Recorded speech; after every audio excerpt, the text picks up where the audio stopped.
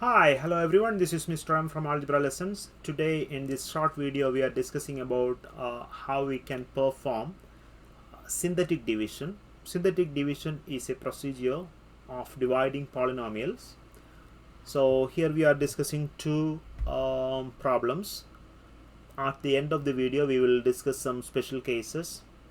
So how can we perform this? Look at the first problem. Here we need to divide x square plus 5x plus 1 divided by x plus 3. So when we are performing the long division, we are dividing or we are performing that procedure with the help of the variable. But in synthetic division, we are using the coefficients to divide. That makes the difference. Okay, so consider the coefficients of the polynomial given. Here there is no number written here, so it is 1, 5 and 1. Write that coefficients. Before you write the coefficients, you need to check whether the given polynomials degrees of each term in descending order from left to right. Look here the degree is 2 and the next is 1 and this has the degree 0. So 2, 1, 0, that's in descending order. If there is a term, a degree piece is missing, you need to add a 0 in between when you are writing the coefficients. That we will discuss at the end with a different problem. Okay, so here we have everything is ready to go, and now we need to look for the divisor part.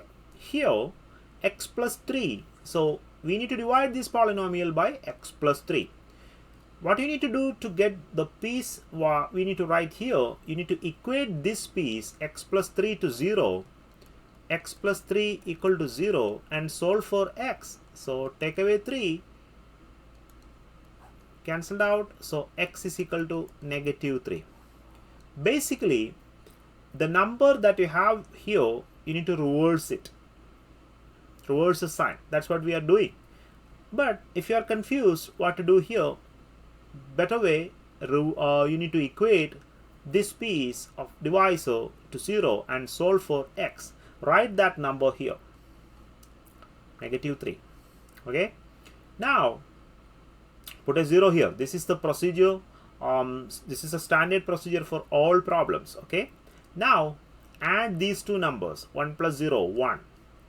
Multiply this number with this. So this is the same procedure everywhere. Add, multiply, add, multiply. So 1 plus 0, 1. 1 times negative 1, negative 3. Then continue the procedure, repeat the procedure. Add 5 plus negative 3, positive 2. 2 times negative 3, negative 6. 1 plus negative 6, negative 5. So the last piece is actually the remainder of this division procedure. Okay, now how can we write the quotient or the answer of this problem? Look at the first term here. This is x square. Okay, divide that term by the first term of the divisor, that is x. The power is 1, right? So x square by x, 2 minus 1 is 1. So this is x to the power 1. So start with x to the power 1 from left and then x to the power 0, it is 1. So 1 times x to the power 1 is x, because there is no negative in between, so put a plus. 2 times x to the power 0, you know that x to the power 0 is 1, so 2 times 1 is 2, so x plus 2 is the answer.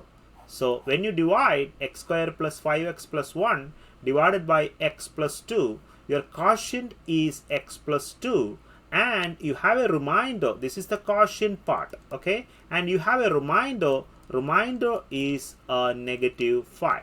Okay, if you have a remainder 0 here, you can say that this x plus 3 is a factor of this polynomial. That you will learn in the next session. You can watch a separate video here for remainder and factor theorem. We will discuss in detail about the remainder and the remainder 0 cases there. So just mentioning here. So this is the procedure. Okay, now pause your video, and try to complete this problem.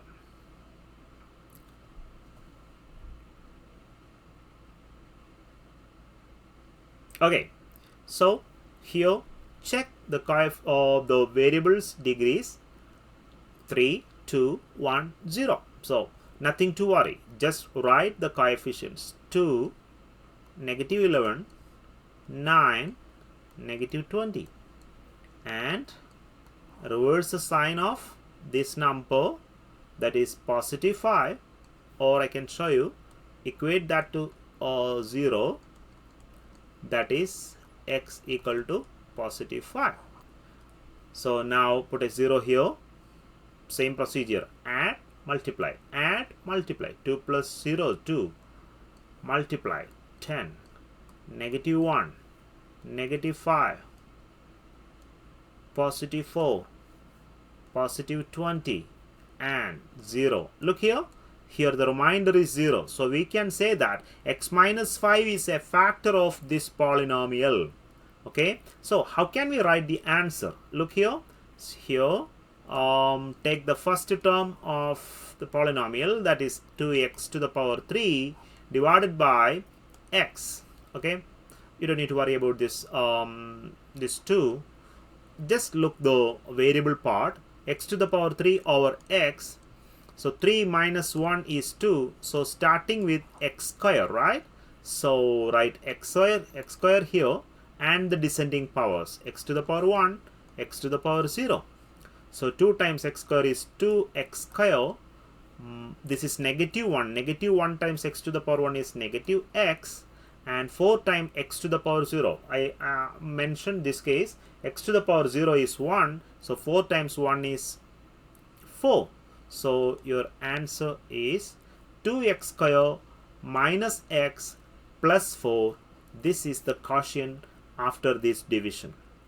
Because here the remainder is 0, we can say that x minus 5 is a factor of this polynomial 2x cube minus 11x square plus 9x minus 20. So there is some special cases. If the number comes, the divisor part comes not like, say here both the divisor is x plus 3 and x minus 5. Nothing to worry, just reverse the sign of this number. But in some cases it may comes like 3x minus 5, the divisor part. So it's the same thing. Equate this to 0. So 3x minus 5 equal to 0. Add 5 on both sides. So this is 3x is equal to 5. And from this, x is equal to 5 by 3. So in the divisor part, you need to write 5 divided by 3, and then the same procedure. Nothing to worry. Okay. And one more thing, because suppose the problem is just let me copy the problem here. 2x cube plus 9x minus 20 divided by x plus 3. Suppose that's the problem. That's a random problem I chose. If this is the case, how can we do this? Because some terms are missing. Okay, let me show you. See here, you need to write the coefficients. 2, this is 3. What is missing? The second degree is missing. So what you need to do is put a 0 there instead, and then continue. This is 9, and then the last term is negative 20. Let me write this as 5x plus 3. Okay, so like what I said, you need to equate the given p's to 0, and then